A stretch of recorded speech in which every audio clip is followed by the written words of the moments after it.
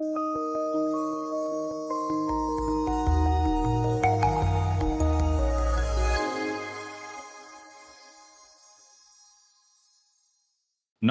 मेरा नाम शैलेश गुप्ता है। मैं एक वास्तु विशेषज्ञ हूँ और आज आपको भवन वास्तु में मैं 1 बीएचके अर्थात एक शाल भवन के बारे में चर्चा करने जा रहा हूँ। एक शाल भवन क्या होता है? 1 बीएचके क्या होता है? आज के कॉन्टेक्स्ट में जिसे 1 बीएचके कहते हैं, 1 बेडरूम, 1 हॉल, 1 किचन और बाकी के अवयव उसमें कंपोनेंट्स जो घर के हैं, जैसे कि पूजा रूम, आपका जो टॉयलेट्स हैं, वे सब भी रहते हैं। इसके अतिरिक्त 1 बीएचके का मतलब होता है एक शाल भवन। एक शाल भवन, शाल किसको कहते हैं? जो एक शयन कक्ष होता है, उसे एक शाला माना जाता है। शयन कक्ष के आधार पे ही घर कितना बड़ा है, इसको निर्धारित किया जाता है, क्योंकि किचन तो एक ही होता है, लिविंग रूम या हॉल एक ही होता है, ड्राइंग या बैठक एक ही होता है और इसके अतिरिक्त आप रूम की संख्या जैसे बढ़ाते हैं, तो उसके आधार पे एक शाल भवन, द्विशाल भवन, त्रिशाल भवन, चतुशाल भवन, ऐसे 1 बीएचके, 2 बीएचके, 3 बीएचके, 4 बीएचके भवन माने जाते हैं। तो एक शयन कक्ष, एक रसोई कक्ष, एक पूजा स्थान, एक भोजन या डाइनिंग स्थान वास्तु अनुसार हम बना लेते हैं। यानी नैऋत्य कोण में, साउथ वेस्ट में आप बनाते हैं एक शयन कक्ष, आग्नेय कोण में आप बनाते हैं एक किचन या रसोई कक्ष। आप जब पूर्वमुखी भवन होता है, उसमें आप ईस्ट के 3 या 4 फेज से आप एंटर करते हैं। ई3, ई4 से आप द्वार बनाते हैं और आप ईशान कोण में पोर्च बनाते हैं। इसके अतिरिक्त आप जब पश्चिम मुखी भवन का चयन करते हैं, तो वायव्य कोण में पोर्च बनाते हैं। जबकि आपका जो शयन कक्ष है वह नैऋत्य कोण में ही होता है, आग्नेय कोण में रसोई कक्ष होता है और बीच के स्थान में, ब्रह्म स्थान में आप खुला स्थान दे सकते हैं या आपका जो लिविंग एरिया है वह भी आ सकता है बिना भार वाले बीम कॉलम के साथ। जब आप दक्षिण मुखी बनाते हैं तो S3, S4 से आप एंटर करते हैं, बाकी सारी चीजें सेम रहेंगी। जब आप उत्तरमुखी घर बनाते हैं तो आप उत्तर के चौथे पद और पांचवें पद का इस्तेमाल करते हैं अंदर जाने के लिए, जबकि ईशान कोण में पोर्च बनाते हैं। वायव्य कोण में आप बैठक कमरा बना सकते हैं। आप ईशान ईशान कोण में पूजा रूम बना सकते हैं। फिर भी आप नैऋत्य कोण में ही शयन कक्ष बनाते हैं। यानी मास्टर्स बेडरूम नैऋत्य कोण में ही आपको बनाना चाहिए, आग्नेय कोण में आपको किचन बनाना चाहिए, ब्रह्म स्थान में आपको खुला रखना चाहिए या लिविंग रूम बनाना चाहिए। तो आप चारों दिशाओं में किसी भी दिशाओं की फेसिंग ले लीजिए, आपको एक ही नियम वास्तुशास्त्र का मिलेगा। इसलिए वास्तुशास्त्र को हर दिशा से, हर काल में, हर स्थान पर शाश्वत माना गया है, यानी अपरिवर्तनशील माना गया है। अब हम देखते हैं इसके अतिरिक्त हमारे घर में होते हैं बरामदा या गलियारे। तो बरामदा और गलियारों के आधार पे पूर्व काल में एक शाल भवन को 16 प्रकार में विभाजित किया गया है। पहला प्रकार है ध्रुव। ध्रुव, इस घर में कोई भी आलिंद नहीं होता, यानी बरामदा नहीं होता। बाकी समस्त कक्ष वास्तु अनुसार निर्मित होते हैं। यह एक प्रशस्त गृह यानी एक सुव्यवस्थित सुवास्तु का घर माना गया है। दूसरा प्रकार होता है जय। इस घर में दक्षिण दिशा में एक आलिंद होता है। यह गृह स्वामी को विजयदायक बनाता है। तीसरा होता है धान्य। पूर्व दिशा में एक आलिंद या बरामदा वाला यह घर सुखदायक और प्रशस्त होता है। चौथा प्रकार होता है नंद। जिस घर में पूर्व एवं दक्षिण में एक एक आलिंद होता है उसे नंद कहा जाता है। यह स्त्री हानिप्रद माना गया है, अतः अप्रशस्त है, ऐसा घर नहीं बनाना चाहिए। पांचवा प्रकार का भवन होता है एक शाल भवन। 1 बीएचके आप बनाते हैं, वह होता है खर।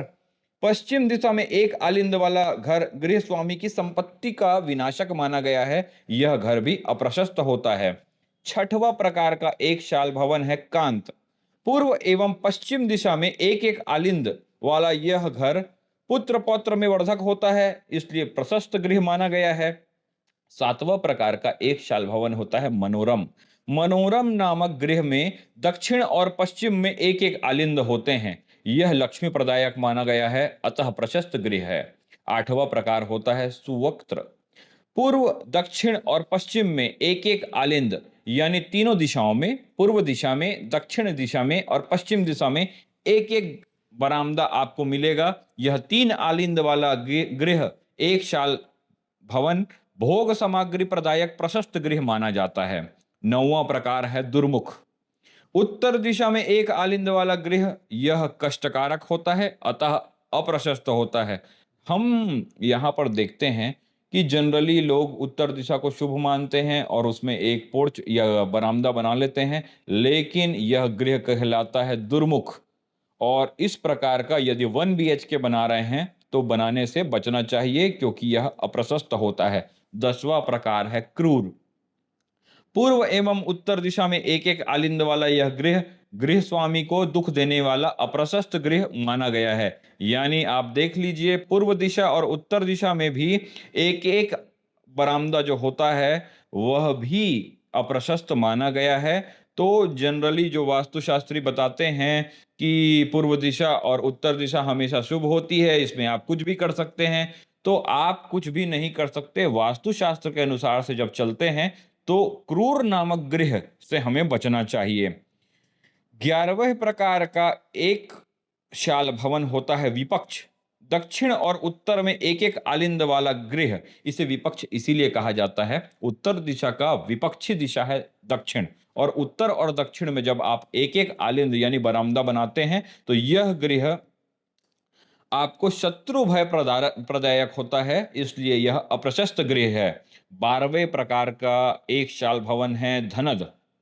पूर्व, दक्षिण और उत्तर तीनों दिशाओं में एक एक आलिंद वाला यह गृह धनदायक होता है, अतः प्रशस्त भवन माना जाता है। 13वें प्रकार का एक शाल भवन है क्षय। पश्चिम और उत्तर में एक एक आलिंद वाला यह गृह गृह स्वामी को क्षय करने वाला अप्रशस्त गृह माना गया है। इस घर में रहने वाला व्यक्ति धीरे धीरे करके अपने संपत्ति का, अपने सुख का, अपने संसाधन का क्षय करने लग जाता है, इसलिए क्षय नामक एक शाल भवन को अप्रशस्त माना गया है। 14वें प्रकार का एक शाल भवन है आक्रंद। पूर्व, पश्चिम और उत्तर में एक एक आलिंद, तीनों दिशाओं में एक एक आलिंद वाला यह गृह शोक कारक माना गया है, इसलिए अप्रशस्त गृह है। 15वें प्रकार का एक शाल भवन है विपुल।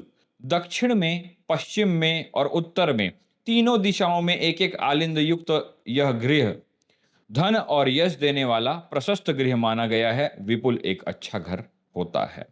विजय 16वें प्रकार और अंतिम प्रकार का एक शाल भवन है विजय। यह सभी दिशाओं में एक एक आलिंद यानी 4 आलिंद वाला गृह विजय देने वाला प्रशस्त गृह माना गया है। आप देखेंगे ध्रुव नामक जो गृह है, एक शाल भवन है, 1 बीएचके हाउस है, इसमें कोई भी बरामदा नहीं होता, कोई भी आलिंद नहीं होता।